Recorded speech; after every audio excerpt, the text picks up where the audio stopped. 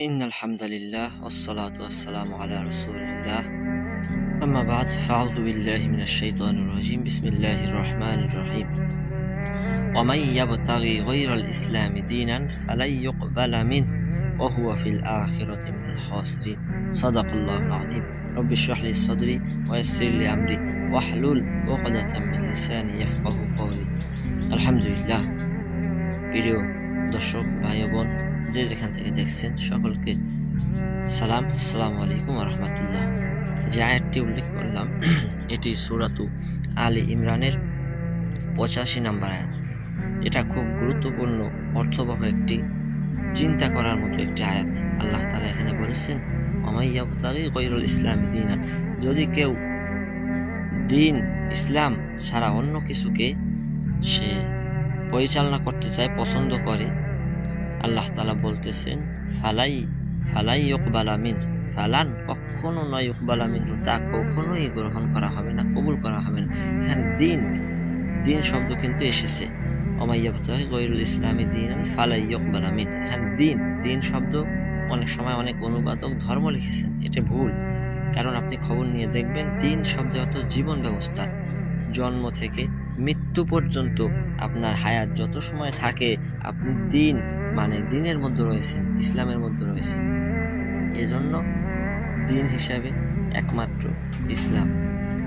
তাহলে জীবন ব্যবস্থা একমাত্র ইসলাম ছাড়া আপনি যাই করেন, এখানে আপনি বিভিন্ন বিষয় বুঝতে পারেন যে ধরুন আপনি ধর্মীয়ভাবে ইসলাম মানলেন, নামাজ রোজা হজ যাকাত ইসলামের নিয়ম অনুযায়ী করলেন, কিন্তু আপনি অর্থ ব্যবস্থা আপনি এটা ইসলাম অনুযায়ী করলেন না, আপনি সুদী ব্যবসা করলেন, অথবা ইসলাম বহির্ভূত কাজগুলো করলেন, অথবা আপনি এটাও মানলেন আপনি রাজনৈতিক বিষয়গুলো সেকুলার আইন মানলেন, মানুষের বানানো, যেমন গণতন্ত্র, মানুষতন্ত্র মানে আইন, মানুষের আইন প্রতিষ্ঠা। অনেকে তো বলে আমি গণতন্ত্র প্রতিষ্ঠার জন্য কাজ করতেছি, মানুষের আইন প্রতিষ্ঠার জন্য। তাহলে আপনি এটা খেয়াল রাখতে হবে। আল্লাহ তাআলা বলেছেন ওয়াইয ক্বালা রাব্বুকা লিল মালাইকাতি ইন্নী জাইলুন ফিল আরদি খলিফা। আল্লাহ তাআলা খলিফা পাঠানোর কথা বলেছেন কোরআনুল কারীমে।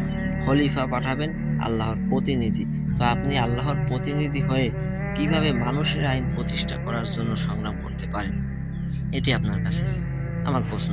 তো এভাবে প্রত্যেকটা বিষয় আপনি জীবনে অনেকে দেখবেন এভাবে হয় যে একটি কাজ সে করতেছে, তখন আপনি যদি এটা বলেন যে ভাই এটা তো ইসলাম সম্মত হচ্ছে না, তখন সে বলে সব জায়গায় কেন আপনি ইসলাম টানতেছেন, এই বিষয়ে কি ইসলাম টানা লাগে? এই খেলাধুলা ইসলাম টানার কি দরকার? এটা সামান্য বিনোদন, খেলাধুলা, এখানে কেন ইসলামকে আপনি টানবেন? এইভাবে প্রত্যেকটা বিষয়ে যারা এরকম কথা বলে যে সব জায়গায় ইসলাম টানতে হয় না, তারা আসলে ইসলাম বোঝে নাই। এই দিন শব্দের অর্থ সে পরিপূর্ণভাবে বুঝতে পারে নাই, এই কারণেই সে বলে সব জায়গায় কেন আপনার ধর্ম টেনে আনেন। তো এটা খুবই গুরুত্বপূর্ণ বিষয় যে আল্লাহ তাআলা বলতেছেন ফালাই ইউকবালা, কখনো কবুল করা হবে না, ফালাই ইউকবালা মিন ওয়া হুয়া ফিল আখিরাতি মিনাল খাসিরিন, অবশ্যই সে ক্ষতিগ্রস্তদের অন্তর্ভুক্ত। এর মানে আপনি ইসলামের বাইরে গিয়ে যাই করবেন ওটা ক্ষতিগ্রস্ত।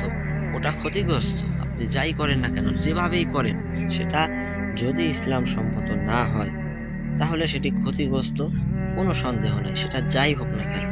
এই জন্য যাই করেন আগে আমার এটি খেয়াল রাখতে হবে যে আমি যে কাজটি করতেছি এটি কি ইসলাম সমর্থন করে, রাসূলুল্লাহ সাল্লাল্লাহু আলাইহি ওয়াসাল্লামের পদ্ধতিকে।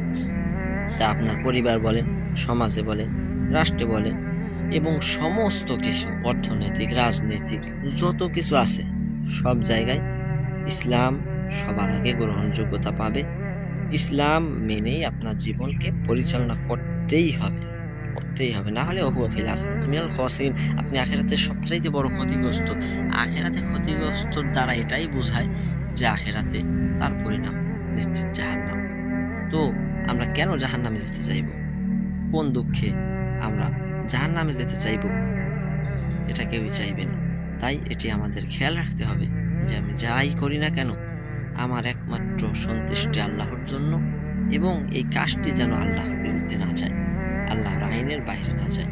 এটি যদি আমরা লক্ষ্য রাখতে পারি তাহলে একমাত্র এই আয়াতের আমল আমরা করতে পারবো। ওমাইয়াবতাগি গায়রুল ইসলামি দীনান ফালা ইউকবালা মিনহু ওয়া হুয়া ফিল আখিরাতি মিনাল খাসিরিন।